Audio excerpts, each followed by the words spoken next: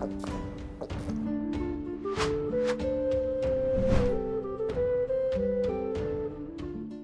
Moin, hallo und herzlich willkommen zu einem neuen Video hier auf meinem Kanal. Und heute gibt es hier eine Runde Shakes and Fidget und es gibt Neuigkeiten, die ich euch natürlich nicht vorenthalten will. Und zwar hat gerade im Stream ein Leak stattgefunden von dem neuen Legendary Dungeon, der zum Geburtstag rauskommen wird. Also, ja, sagen wir mal, ich vermute es mal einfach, heute in einer Woche am 25.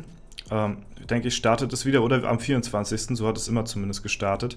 Ja, am 23. wird es wahrscheinlich irgendwie News zum Server geben, am 22. wird wahrscheinlich ein Update-News kommen. Irgendwie so vermute ich das auf jeden Fall. Und zwar gibt es Leaks zum Legendary Dungeon. Wir hatten ja gedacht, das Ganze ist irgendwie im Geburtstagsstyle angelehnt, was aber jetzt irgendwie nicht so Sinn machen würde, weil, ja gut, jedes Jahr jetzt so ein Geburtstagsdungeon ist irgendwie, weiß ich nicht. Und also wir haben uns einfach auf uns zukommen lassen. Und jetzt gab es die ersten Bilderchen zu sehen im Stream von Shakes and Fidget. Und diese möchte ich euch natürlich nicht vorenthalten. Ja, wir fangen an. Ganz nach der Reihenfolge, wie es dort gezeigt worden ist. Es wurden noch keine weiteren Kommentare dazu verfasst oder irgendwelche Informationen dazu rausgehauen. Es wurden einfach die Bilder gezeigt, ohne Informationen dazu, und man sollte quasi raten, was damit gemeint sein könnte, wie das in den Dungeon eingebaut wird und so weiter und so fort.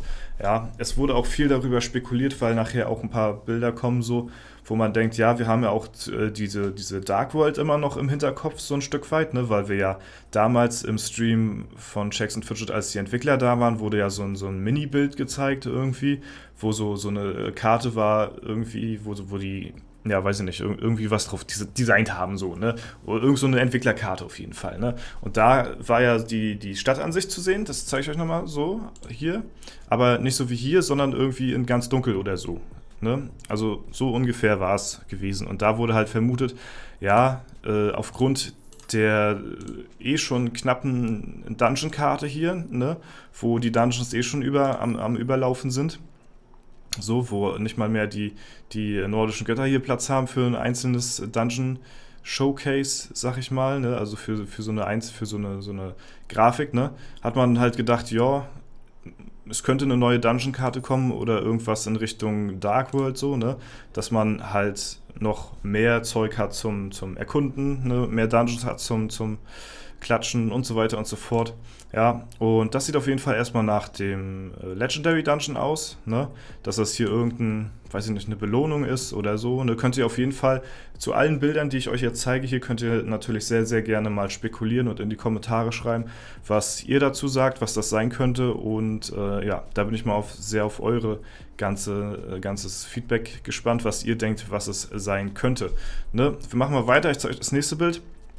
Ja, das ist definitiv ein Item aus dem Legendary Dungeon, also das ist ein legendäres Item, so wie das Ganze aussieht. Ne? Hat mich sofort an denjenigen hier erinnert, an Dr. Abawuwu. Ja, können wir ja gleich nochmal drehen hier. Und und der Typ, der ist ja schon ziemlich ägyptisch unterwegs, sag ich mal. Ne? Es wurde auch im Stream gesagt, und ich hatte das auch die These zumindest auf die Beine gestellt, es könnte ja irgendwie so ein ägyptischer Dungeon sein. Später wird sie nochmal zeigen, das könnte ganz gut sogar sein. Ne? Also vom Theme her würde es auf jeden Fall schon mal passen, was hier dieses Item angeht. Und meistens ist ja so ein Dungeon immer Theme bezogen. Ja, also hier haben wir wahrscheinlich das erste Legendary. So, hier, was jetzt ganz interessant ist, kann ich noch nichts mit anfangen, ist auf jeden Fall die Stadtwache. Ne? Das erkennt man ja sofort. Ne? Wenn wir jetzt mal hier in die Stadtansicht schauen, da haben wir die 3 Dudes, die hier Wache stehen. Ne? Wir sehen aber, die sehen ziemlich blass aus so. Ne? Die haben hier auch, weiß ich nicht, ich muss mal gucken. Hier, der eine hat eine Fackel dabei, der andere eine Axt und ein Schild, ja, und der hat hier Pfeil und Bogen, ne? Ja, cool. Ist tatsächlich auch so, wie es hier abgebildet ist, haben sie hier auch gezeichnet. Sehr nice. Ja, hier sehen wir auch nochmal die City Guard. Und wir sehen aber, dass die ganzen nicht so gesund aussehen irgendwie. Wird sich später jetzt auch nochmal zeigen. Es könnte auch eine Art Thema sein von dem Dungeon. Oder irgendein, weiß ich nicht, das könnte auch ein Debuff im Dungeon selbst sein, ne, so wie das aussieht hier. Man weiß es nicht. Wir gucken auf jeden Fall mal weiter. So, dann natürlich hier der Druide am Start. Auch mit so einer nicht so gesunden Hautfarbe, wenn ich das mal so beurteilen darf, ne? Und der sieht auch so aus, als ob der, weiß ich nicht, ich hatte geschrieben gehabt, könnten vielleicht ein Zombie-Dungeon sein oder so, ne? Also ich habe im Kopf jetzt entweder ein Zombie-Dungeon, ein ägyptischer Dungeon oder halt, das passt auch ganz gut zur Dark World so, ne? Dass dass wir hier zum Beispiel eine Stadtwache haben, aber keine normale Stadtwache, sondern eine Dark World Stadtwache, ne? Aber ich will nicht zu viel spekulieren, das ist alles nur, wie gesagt, das sind alles nur Vermutungen hier und da könnt ihr gerne miträtseln, ob das Ganze so hinhauen könnte oder nicht. Ja, so, das nächste ist hier der Bertram oder der Berserker, ja.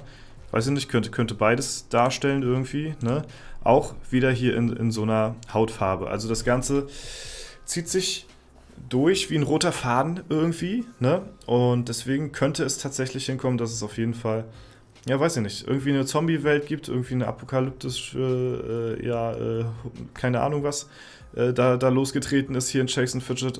Ja, oder es halt wirklich, weiß ich nicht, die einzelnen Charaktere nochmal so in einer dunklen Welt-Variation gibt, ne? Aber wie gesagt, möchte ich nicht zu viel behaupten. Wissen wir noch nicht bisher, wurde nichts weiter dazu geäußert. Ja, ich bin nur mal gespannt, was das wird.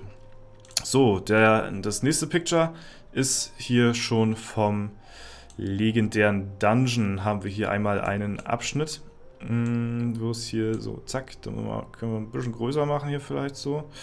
Ja.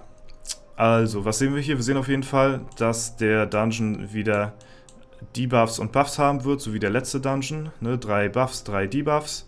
So, ne? Also wird wahrscheinlich auch die Strategie, die letztes Mal so gut geklappt hat, ne? Nach jedem Tod mit 20% Leben reviven und nicht Full Life. Das ist wahrscheinlich wieder mal hier auch die pilzsparendste Variante. Dann sehen wir, der hat hier auch 100 Etagen. Und dann sehen wir einmal eine normale Tür zum Aufmachen und eine Fragezeichentür. Ansonsten sehen wir jetzt hier erstmal weiter nichts. Aber was interessant ist, was mir zumindest aufgefallen ist, sind hier oben diese komischen Zeichen so, ne? Also das sieht ja auch schon so aus, als ob das irgendwelche Hieroglyphen sind von, weiß ich nicht, von irgendwo, keine Ahnung, als ob wir hier gerade eine Pyramide erkunden und uns durch die einzelnen Etagen hier kämpfen. Ja, so sieht das zumindest für mich aus. Ich weiß zwar nicht, was die Augen habe ich noch nicht so ganz begriffen im Zusammenhang mit diesen Hieroglyphen. Aber könnte halt auch sein, dass das alles irgendwie also es wirkt auf jeden Fall sehr ägyptisch irgendwie, ne? Ansonsten sehen wir hier oben, haben wir wieder eine Roadmap von dem Dungeon. Das ist auch ganz nice. Ich denke mal, der wird genauso sein wie der letzte Dungeon. Nur halt mit neuen Monstern und neuen, wahrscheinlich Buffs, Debuffs. Vielleicht sind es aber auch komplett dieselben, weil sonst hätten sie vielleicht hier unten schon einen neuen Buff oder Debuff geleakt. So, ne, das wäre ja auch ganz cool.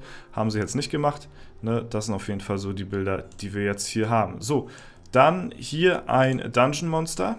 Ne, hier sind wir jetzt also im Dungeon selbst drin, in einer Etage. Und hier haben wir den Wächter der Unterwelt, ne, als Taxifahrer verkleidet. So, ne? Und also hier auch wieder thematisiert das Ganze, sieht mir sehr stark danach aus, als ob es so, weiß ich nicht, so in diese Shadow World Richtung geht, so unterweltmäßig, wisst ihr, dann haben wir die ganzen Bilder von den vorherigen, von der Stadtwache gesehen, von den Klassen, so die alle sehr stark so angehaucht sind, als ob wir da vielleicht recht gehabt hätten mit unserer These, ne? Ja, hier auf jeden Fall der Taxifahrer als Wächter, ne, oder der Wächter als Taxifahrer, besser gesagt. Ja, dann haben wir hier The Mushroom Dealer has a secret storeroom nearby. Also es gibt wieder, also es ist genau derselbe Dungeon. Es gibt wieder so Pilzangebote und dann kann man sich dafür Schlüssel, dann denke ich mal, Buffs kaufen und so was. Ne, das wird, denke ich mal, ganz genau dasselbe sein. Ja, ansonsten weiß ich nicht, das ist verständlich, sieht so aus, als ob es ein normaler Gegner ist, könnte halt aber auch, weiß ich nicht, eine Falle sein, wenn du draufklickst, kämpfst du normal gegen ihn oder ja, ich weiß zwar nicht, warum hier gerade das Taxi ausgesucht worden ist, vielleicht nimmt er dich auch mit, du kannst einsteigen und der bringt dich ein paar Etagen weiter so, ne? Das kann halt auch sein, aber ja, sind halt alles nur Vermutungen, ne?